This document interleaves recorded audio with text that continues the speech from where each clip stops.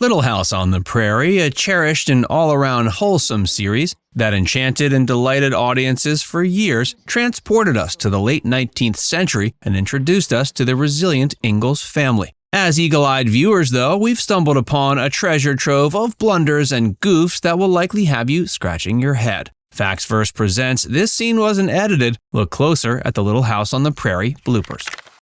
Laura's long pregnancy. One of the funniest bloopers in the show is the obvious, at least in hindsight, inconsistency of Laura's pregnancy. According to Melissa Gilbert, who played Laura, and Lennon Parker, who runs a fan website, Laura was pregnant for an extended period amounting to a little over a year. She first announced her pregnancy in a warm season, but by the following summer, she was still expecting. Colonel Sanders is Cameo. Another hilarious oversight is the appearance of Colonel Sanders, the founder of Kentucky Fried Chicken, in a Season 8 episode titled Wave of the Future. In this episode, Nellie's restaurant is turned into a franchise called Mrs. Sullivan's, but she soon regrets it and tries to get out of the contract. Charles and Nels help her by opening a competing restaurant. Colonel Sanders then offers Harriet a deal to open her own chicken franchise. But this is an anachronism because Colonel Sanders wasn't born until 1890 and Kentucky Fried Chicken wasn't founded until 1952. And in case you forgot, the show is supposed to be set in the 1870s and 1880s.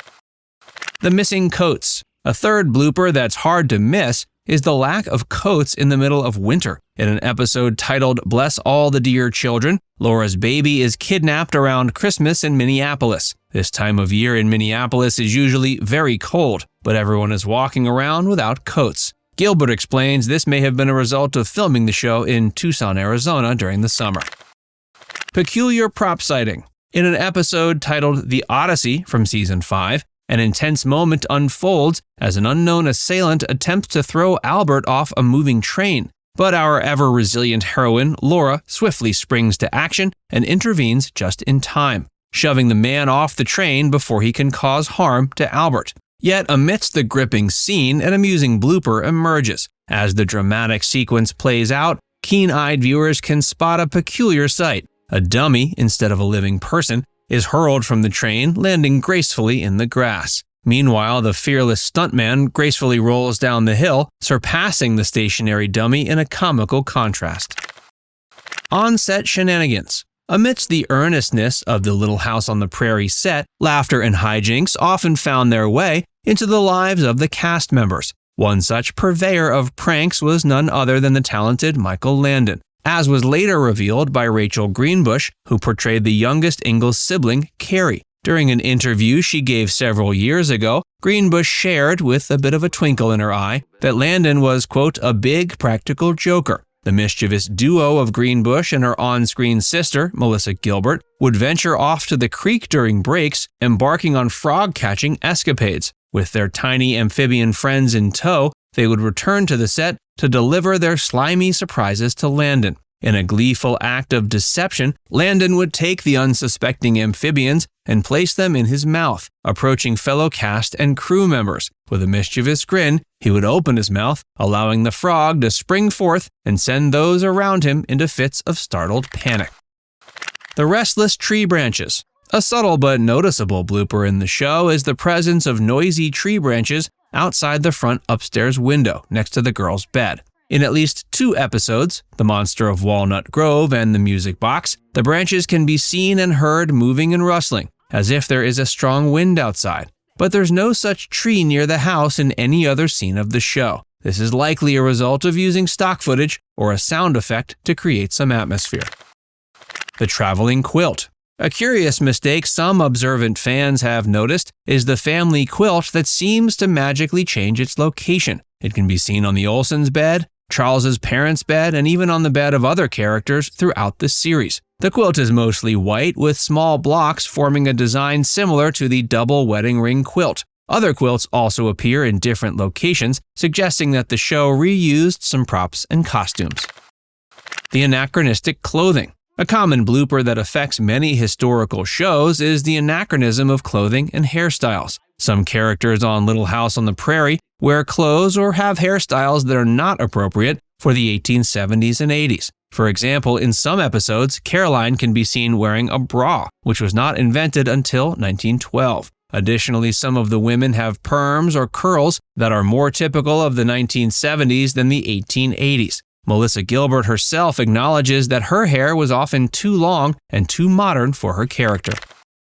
Albert's fate. In the realm of continuity mistakes, one particular case has stood out among fans of Little House on the show's subreddit page. Gorgeosaurus Rex, a Reddit user, fondly recalls their all-time favorite character, Albert, and highlighted a perplexing inconsistency. In the made-for-TV movie, the story implied that Albert met his demise, but in another episode it was stated he grew up to become the esteemed doctor of Walnut Grove. This discrepancy has always bothered fans, including Gorgeosaurus Rex, who had apparently mentioned it more than a few times to their boyfriend. As a remarkable anniversary surprise, their thoughtful partner arranged for Melissa Gilbert, the actress who played Laura Ingalls, to send a personalized video message addressing the continuity confusion and providing her own explanation. In her response, Gilbert acknowledged the perplexing situation and shared a delightful tongue-in-cheek explanation for it. At the time, no one seemed concerned about the conflicting stories,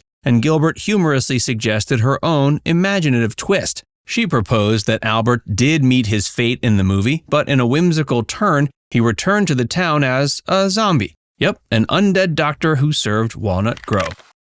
A timeless mistake. In the grand finale of Little House, aptly titled The Last Farewell, a notable continuity mistake catches the observant eye. The episode is set in 1901, over a decade after the events depicted in the final season. Logically speaking, most of the adults who graced the screens in the earlier seasons would have aged into their 60s and 70s by this time. In fact, the real-life Charles Ingalls sadly passed away just a year later in 1902. Furthermore, the children who appeared in the final seasons, including Carrie, Jenny, Nancy, James, and Cassandra, would have grown into young adults during this time. Yet, curiously, no one on the show seems to have aged significantly. It's as if time stood still, freezing the characters in a perpetual state of youthfulness. The inconsistency is particularly evident when we consider Laura's voiceover in the Season 9 premiere when she mentions it's the spring of 1887, a full 14 years prior to the events in The Last Farewell. But it feels as if only a couple of years have elapsed in the lives of the characters when the finale happens. Cabinet confusion. In Season 3's episode Little Girl Lost, an oversight by the editors resulted in another continuity error. Mary is seen closing a cabinet, but when the camera shifts to Laura, the same cabinet is mysteriously open. In response to such mistakes, Melissa Gilbert, in a lighthearted manner, once joked about the possibility of the house being haunted. The invisible microphone. A technical blooper that's easy to spot is the occasional appearance of a microphone on screen. In episodes like The Handyman and The Wolves, a microphone can be seen hanging from the ceiling or poking out from behind a curtain. It's a clear indication the show was filmed on a soundstage and not in a real house. Now it's time to hear from you. Were any of these bloopers a surprise to hear about? And who is your favorite character from the show? Let us know in the comments section below.